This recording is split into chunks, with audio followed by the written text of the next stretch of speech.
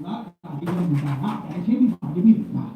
ਆਲੋ ਤੁਹਾਨੂੰ ਫੇਸਬੁੱਕ ਦੀ ਦਿਖਾਵਾਂ ਐਚਐਫ ਕਰਵਾਇਆ ਨੇ ਗਰਾਜ ਡੈਕ ਫੈਂਸ ਦੇ ਨਾਲ ਬੇਸਮੈਂਟ ਬਹੁਤ ਵਧੀਆ ਬਣਾਈ ਆ ਕੀ ਬਾਤ ਹੈ ਐਚਐਮਪੀ ਪ੍ਰੋਫੈਸ਼ਨਲ ਕੰਸਟਰਕਸ਼ਨ ਤੁਸੀਂ ਵੀ ਐਚਐਮਪੀ ਪ੍ਰੋਫੈਸ਼ਨਲ ਕੰਸਟਰਕਸ਼ਨ ਦੇ 561 ਤੇ ਕਾਲ ਕਰੋ ਇਹਨਾਂ ਦੀ ਵੈਬਸਾਈਟ hmphomes.com ਫੋਨ ਨੰਬਰ 70149447 ਐਚਐਮਪੀ ਵਾਲੇ ਪੁਰਾਣੇ ਘਰ ਐਕਸਟੈਂਡ ਕਰ ਦਿੰਦੇ ਹਨ ਤੇ ਇਹਨਾਂ ਪਾਸੋਂ ਤੁਸੀਂ ਨਵੇਂ ਘਰ ਦੀ ਫਰੇਮਿੰਗ ਵੀ ਕਰਵਾ ਸਕਦੇ ਹੋ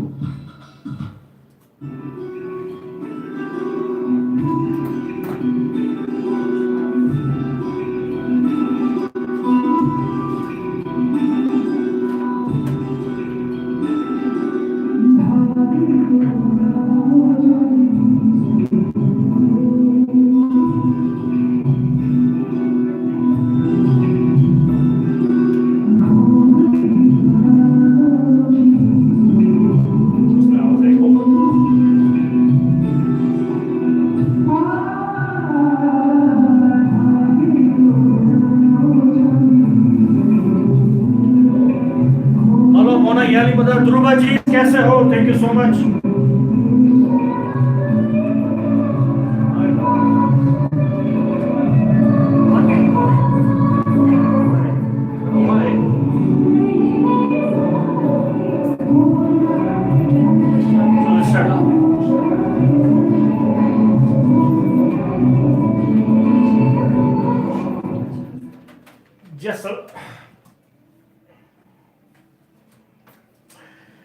जी सलाम नमस्ते सत श्री अकाल भैया अली मदद में आपको जलाल आपकी खिदमत में हाजिर आप सब सुन रहे हैं देख रहे हैं सलाम नमस्ते कैलगरी ऑन रेडियो सुर संगम इन कैलगरी अगर आप एडमिंटन से हमें देख रहे हैं तो रेडियो सुर सागर इन एडमिंटन अगर आप हमें फेसबुक पर यूट्यूब पर या तो इंस्टाग्राम पर देखेंगे और you guys will watch later on so thanks for joining us for the आप देख सकते हैं टुडे स्पेशल ऑफ सलाम नमस्ते Calgary with me and my co-host Salmaji and wow what a weekend we had in Calgary Indian Idols they were here in Alberta they were here on Friday and they were in Edmonton on Saturday wow what a show it was a presentation of the Nirvana Entertainment Lata Patel and the Pritesh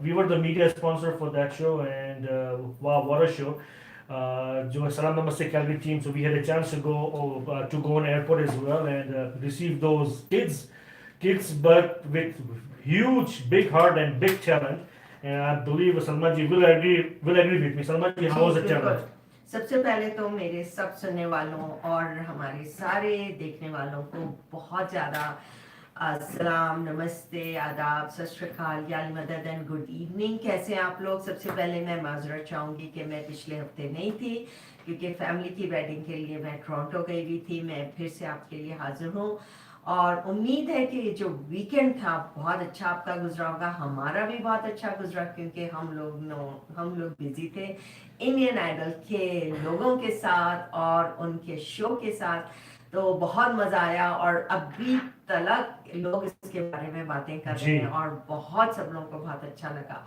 दूसरी बात जो हम करना चाहेंगे वो है regarding Kashmir जो कश्मीर में इस वक्त हो रहा है वो बहुत ज़्यादा हम इसके लिए अफसरता है कि हमारे इतने सारे लोग बेकार के वजह से मारे जा रहे हैं और पता नहीं कि क्या होने वाला है लेकिन हम चाहते हैं कि जो भी हो जिसके लिए भी हो अच्छे के लिए हो और ये जो सारी जो वहाँ पर तबाही मची हुई है वो जितनी जल्दी ख़त्म हो सकती हो जाए हम हमेशा आप लोगों के साथ हैं और सलाम नमस्ते आप लोगों के साथ रहेगा हमेशा और हम दुआ करते हैं कि जो भी वहाँ हो रहा है वो जल्दी से ख़त्म हो जाए और बेकार की जानें जो ज़ाय हो रही हैं इतनी फैमिलीज तबाह हो रही हैं तो हम चाहते हैं कि ये जल्दी से जल्दी ख़त्म हो जाए तीसरी बात जो है वो हमारे एमपी दीपक ओबराय के बारे में है हमें बहुत अफसोस हुआ जब हमने खबर सुनी दीपक साहब के लिए और इतने जिंदा दिल इंसान थे वो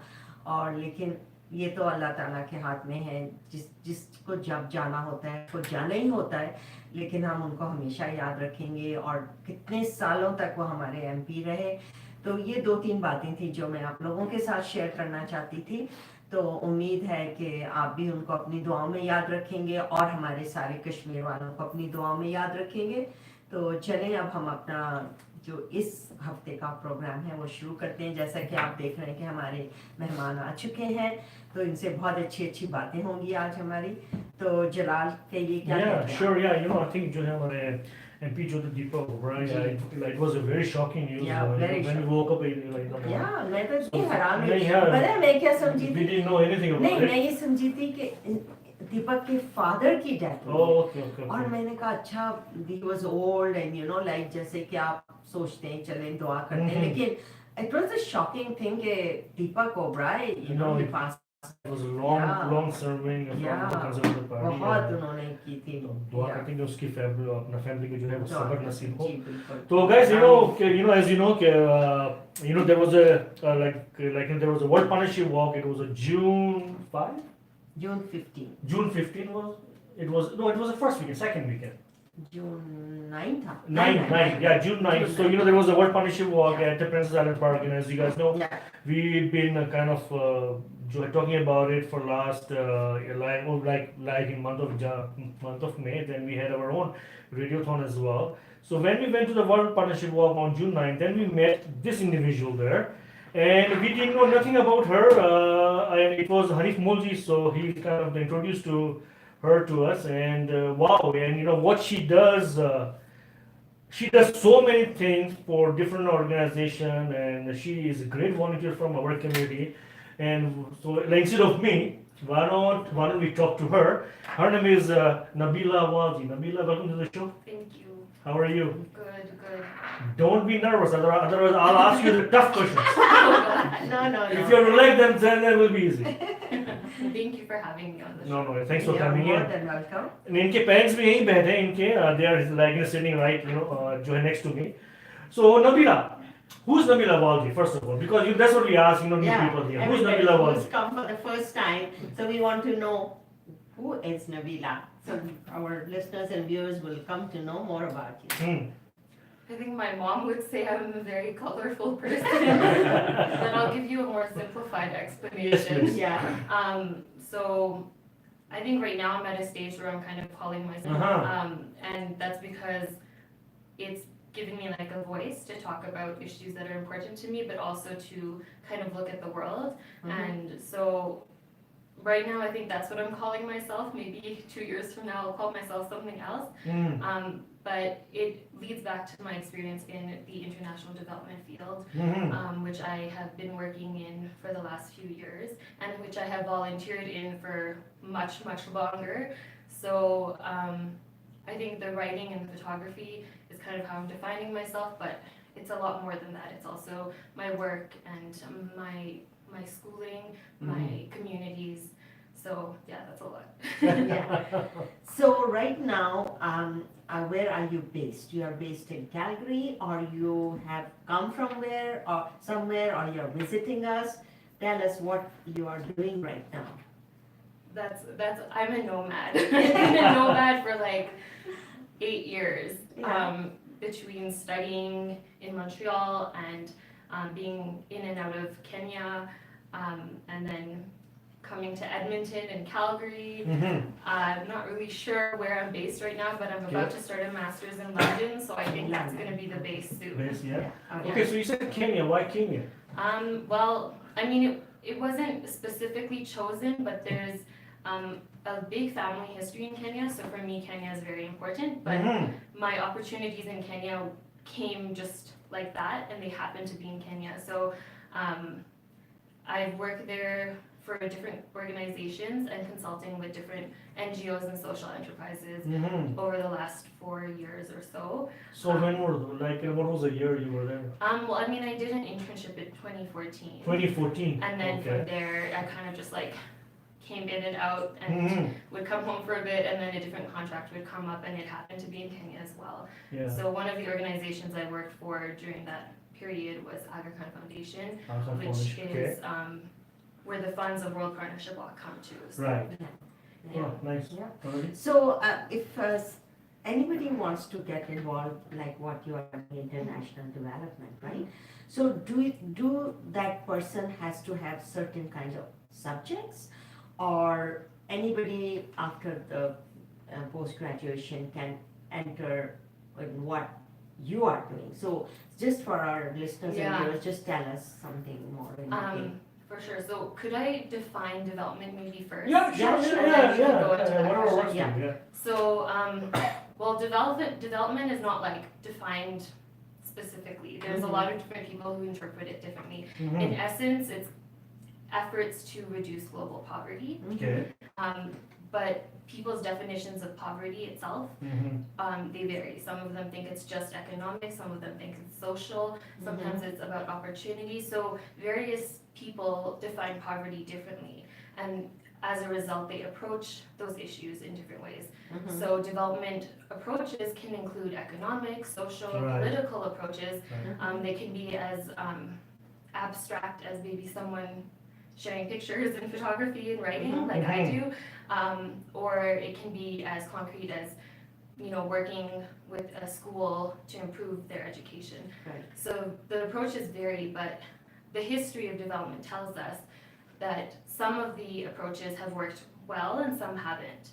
So I think during this conversation we'll probably talk more about what works well and what Yeah. has been shown to work well. Mhm. But for someone who's interested in working in development, there's a whole bunch of things I would love to share. Mhm. So you don't need a development degree to work in development, Okay. that's one thing. But it's really important to have studied and understood the history and the actors and the approaches to development, because there are some situations where people's efforts in development, they went wrong and they badly impacted the local people, and those effects are still being felt. So Okay. it's really important to understand the field and to understand who's done something good and who hasn't, so that you can work on best practice. Okay. Right. So you could come in from a different profession. You could be starting out and going to university and choosing to study development in school, but you don't have to do the degree. Okay. It's really important to get field experience though. And one of the field experiences that people often try to get, which I would advise against though, is voluntourism kind of events. So those in essence are like 2-week trips that might happen during spring break, and they're marketed to Yes. university students. Yeah. So sometimes they'll go and they'll build a school Right. in a place, or they'll go and they'll be told you're going to help give vaccinations to children Right, in that right. community. Undergrad students are not professionals, they're not health professionals, they can't really give vaccinations, so they aren't really the best person to be doing that. So there's a few issues, and this has been written about extensively. So if you're interested in reading more on it, just look up voluntourism and you'll get a lot of articles that talk about the effects of voluntourism. But one issue is that you create a burden for the local community, because a local community themselves can build a school if they want to, or their local health professionals can give the vaccinations. They don't need someone who's unqualified to be giving that. The other issue has been the amount of people's pictures on social media that have them with a whole bunch of local children, and they're usually in the center. The kids are not named. The permission to take pictures with to take pictures with the children, they were not granted. So there's been a lot of issue, because it leads to the question of who is at the center of development. Is it the person who's going in, who's coming from usually a Western country to do the development, or is it the local people themselves? And Yeah. pictures like that bring the narrative to us, and we're not the people who the development's about. Right. So those are two issues with volunteerism that I would advise against that. But there are other types of opportunities that give you early career experiences in development, but they don't kind of leech on the local economy as much, or affect the local people so much. So some of those opportunities that are open to Canadians are through Aga Khan Foundation Canada, Engineers Without Borders Canada, Canada World Youth, and there's probably others, but these organizations get funding from the Canadian government that is used for young professionals to develop their skills in the international development field. So the funding that is provided is given to the young professionals. You're not taking money out of the Kenyan economy to get your job, and therefore taking a job away from someone else. So that's one of the ways in which you can get early experience, and they're designed for learning, Yeah. and they help you get into the field in a better way. Right. Great, you explained it really well. Really Yeah, really Okay, well. guys, there are so many people are watching, including Rosabel from India, Amit Kumar from India, hello, Roshi from Vancouver, and then Al-Karim Tamimtaj, Victor, thank you so much, buddy.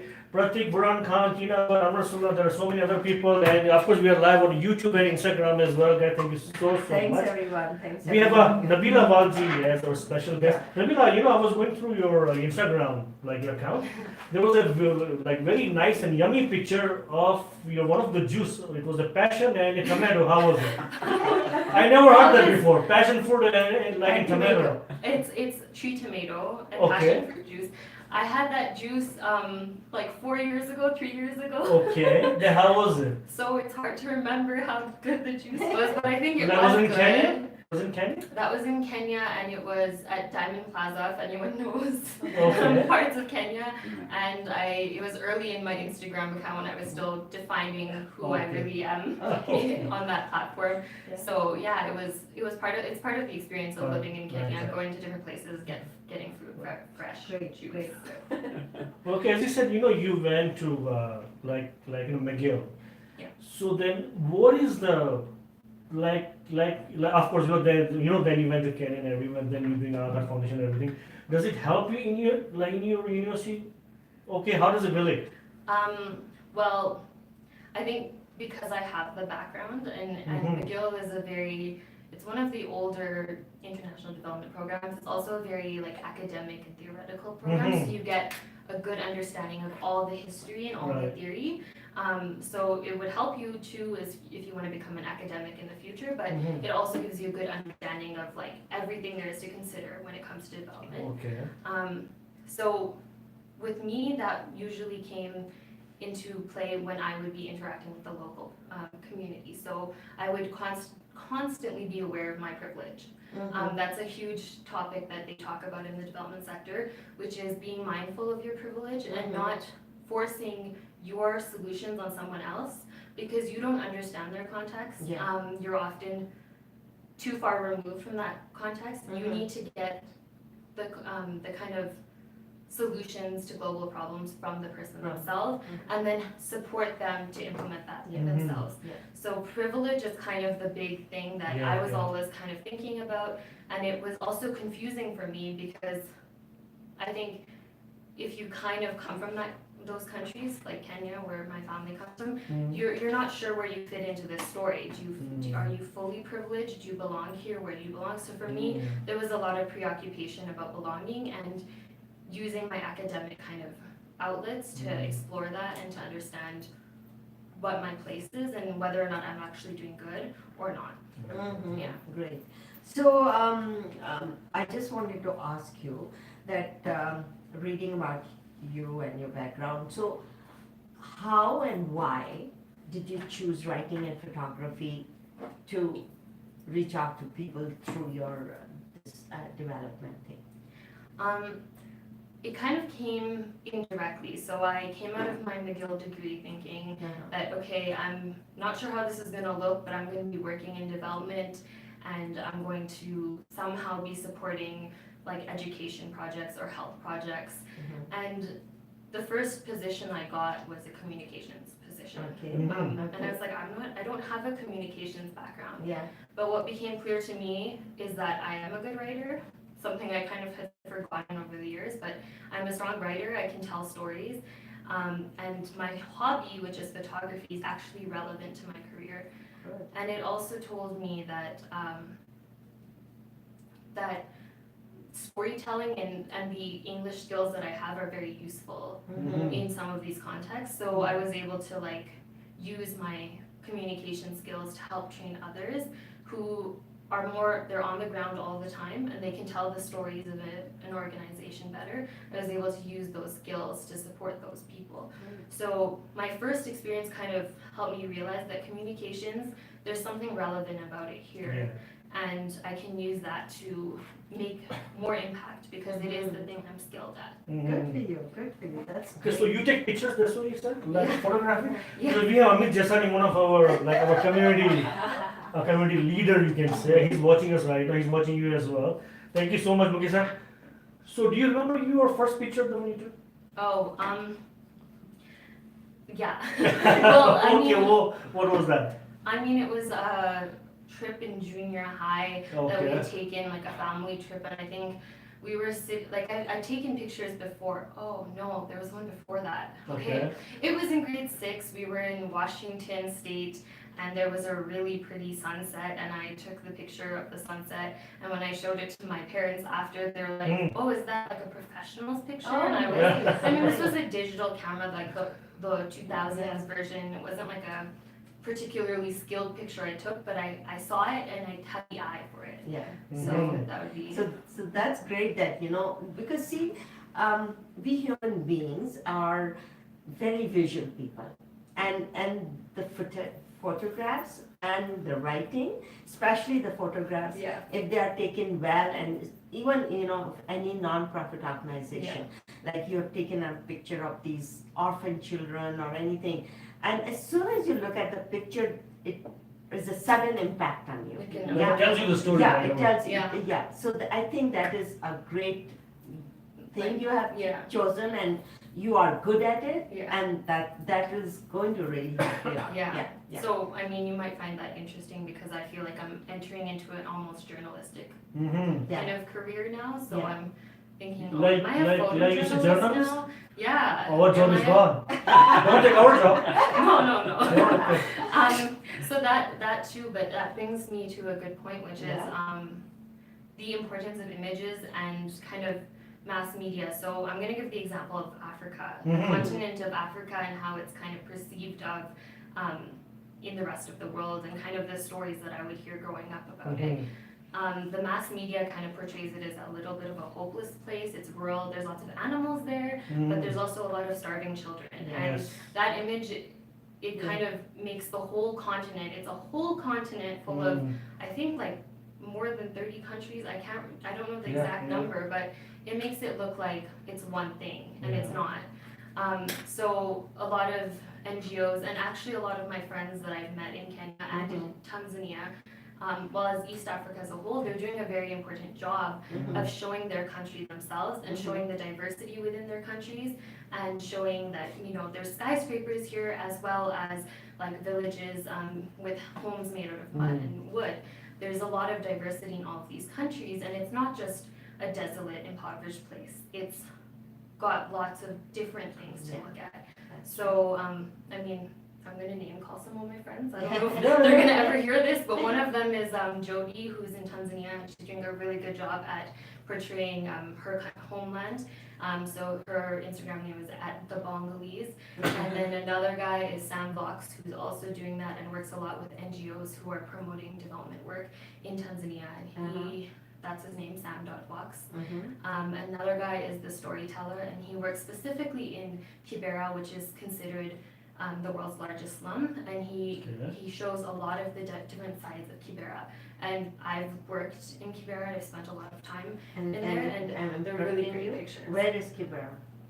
Kibera is in Nairobi. Nairobi. Yeah, Okay. so it's considered to be one of the biggest slums in the world, or the biggest, but it's well known like in some media. But the portrayals in some of the movies make it seem like a very desolate place. But there's a lot of creativity that comes out of that place, and a lot of entrepreneurship, which Brian JB, who is the storyteller,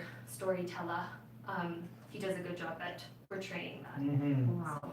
So There are other much people to- join us as well. Yeah. Bora Shah, Nazir Wali, Mahmoud Qazi. Okay, Salaam, Mahmoud Bhai, Shaz, Shazin Devji, Amir Jasani, Naz, and Ali Bhimji, and of course Rosal.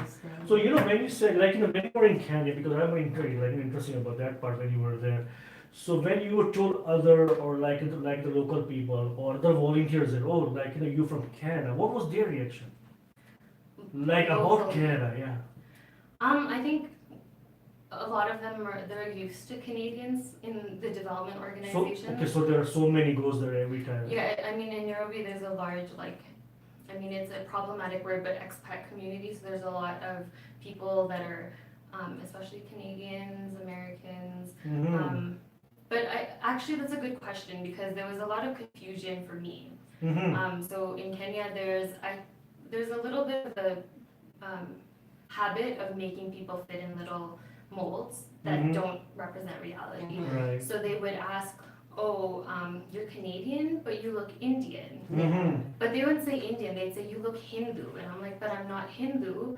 And they'd be like, "Then what are you?" And I'm like, "Well, I'm Muslim." And they're like, "But you don't wear a scarf." And I'm like, "Not all Muslims wear a scarf." And we'd go kind of in a circle, and I'd say like, my dad's family is from Kenya, and they're like, "Oh, so then you're Kenyan." And I'm like, "Yes, but I'm also Canadian." And they couldn't understand that. So a lot of my early experiences in the office, there would be these very circular conversations where it took me a while to realize the kind of way in which cultures that have been living together for so long still couldn't understand the complexity amongst themselves. So I found that really surprising. So if anybody wants to get involved in this international development, so what are the ways they can get involved?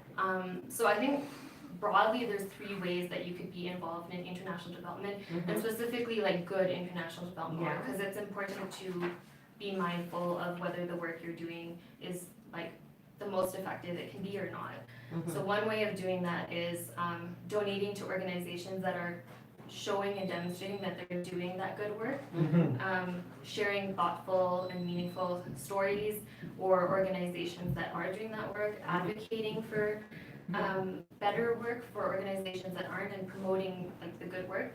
And finally, the third one would be, if you're interested in working in the sector, then entering the sector in a mindful way, or if you're interested in starting something, again, being mindful if you're starting an organization or trying to open a school in an area that doesn't have many schools, being mindful of these issues that we're kind of talking about today.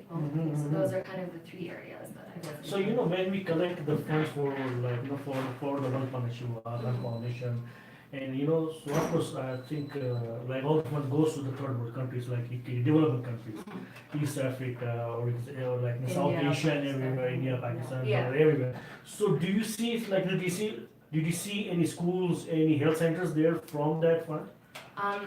Okay, so I can speak from my experience with the foundation in that sometimes I would be at a site. In my communications work, I would often be in the office, but sometimes I'd be doing field work, and usually I was interviewing people when I'd be doing that kind of field work and taking pictures to tell their stories. So sometimes when I'd be at that site, I'd see a sticker, and it would say, at the time, Department of Foreign Affairs and Trade.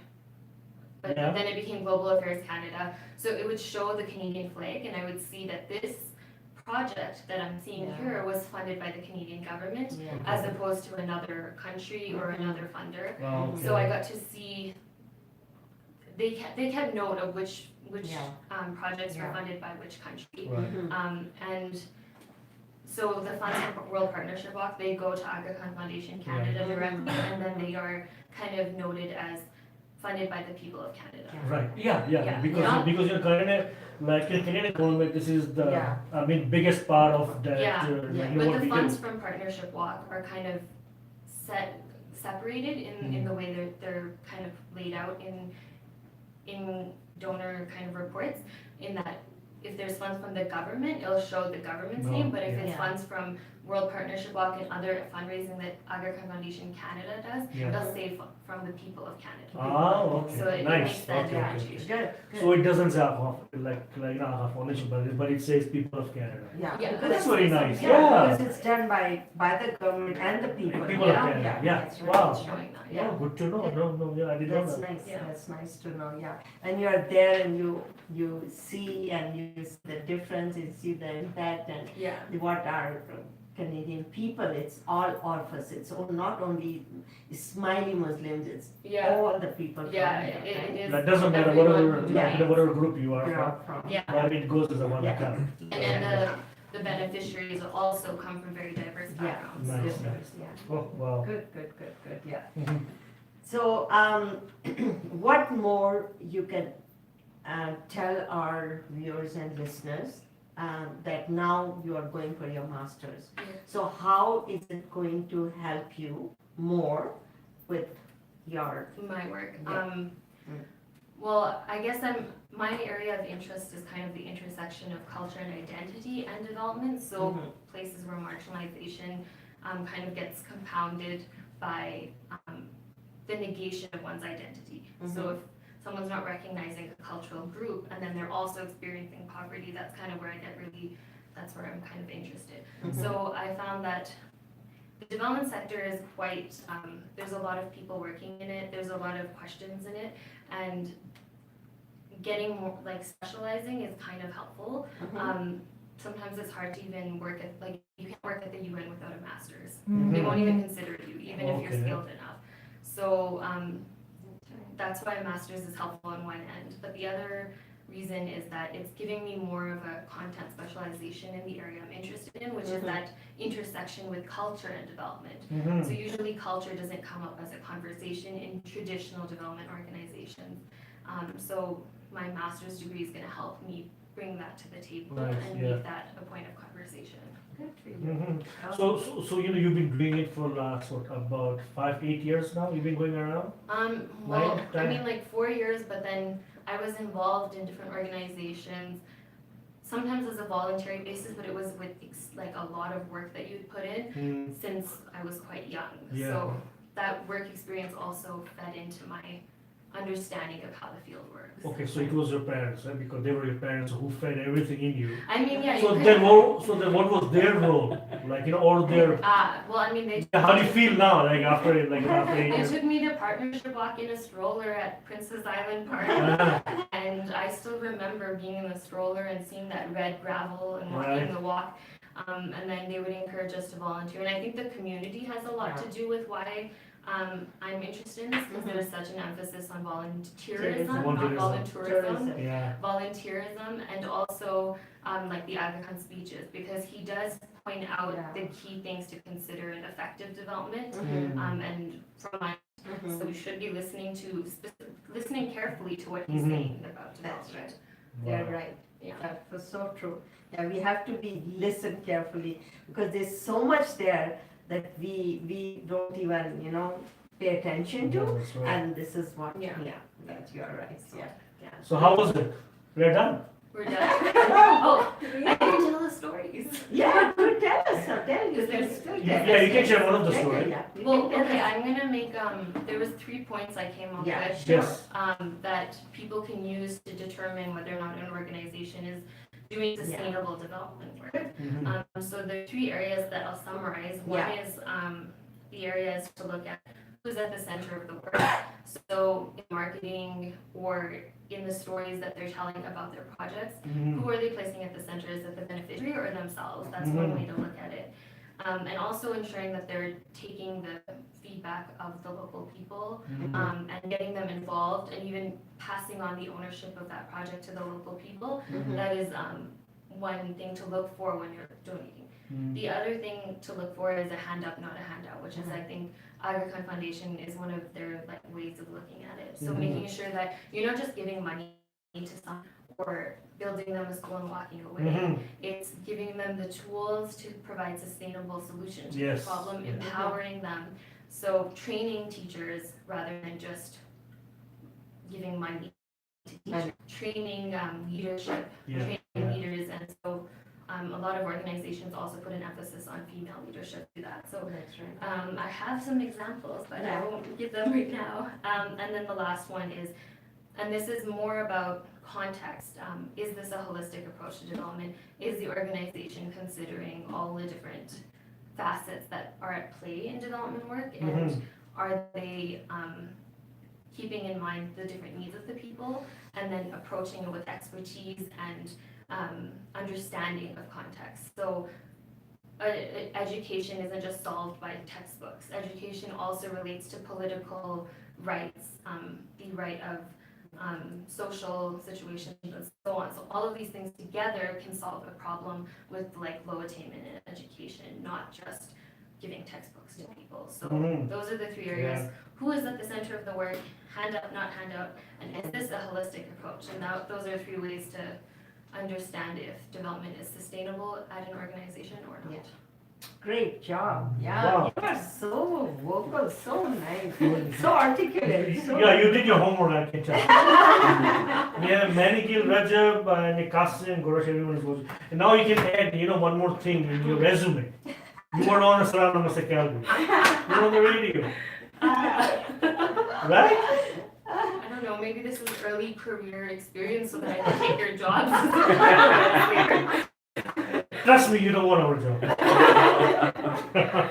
And Yeah, no, but like we ourselves learned a lot from you. Thank you. Yeah, you were so thorough and you explained it so in a nicer way that like a lot of people like sometimes they don't pay attention. What is international development? Like my daughter has done that too, and she was working for a non-profit organization, the South Indian community with the HIV and AIDS patients. Yeah, that's what she was working with. And, like, so I used to come to know about those things. So this is what I'm saying, that, lots of people don't exactly know what international development contains too, Yeah. When you come back, we can have you again. You can give us update and how was your trip? Yeah. How was my studies? Yeah, exactly. Sure. I'll look very different because when I'm very focused on school. Okay. Like I want to do. No, you have to. That's good. That's Too good. funny. Yeah. I hope not. No, you did very well, and we are glad to have you, and we'll have you again, inshallah. And you keep doing whatever you're doing. I think Yeah. we need more people like you. Thank That's awesome. And this will inspire other people. Yeah. Yeah.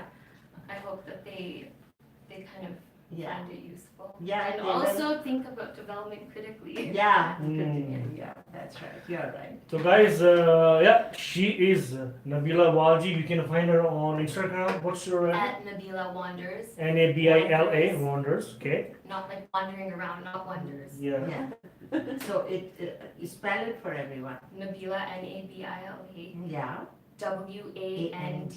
Wanders. Yeah. Because Nabila is spelled differently. Yeah, So yeah. as Nabila. Yeah. So guys, we'll be back in about 5 minutes. Like our next guest is outside. As you know, okay, we've been posting. Brarul Haq, one of our Pakistani singer, he's in Calgary on August 19th. And their team is outside sitting, and we're going to talk to them about the show on 19 at the Magnolia Banquet Hall. And so we'll be back in 5 minutes. We'll take some pictures and we'll post everything tomorrow so you can enjoy pictures tomorrow. And just have And Nabila will take pictures too. some good songs. Yeah. Okay, we'll be back in 5 minutes. Thank you. We'll take pictures. Good job. Good job. Good job. All three of Yeah, you. but I have like a mouthful of things to say. That's the problem. Next time, tell us Thank you so much, guys.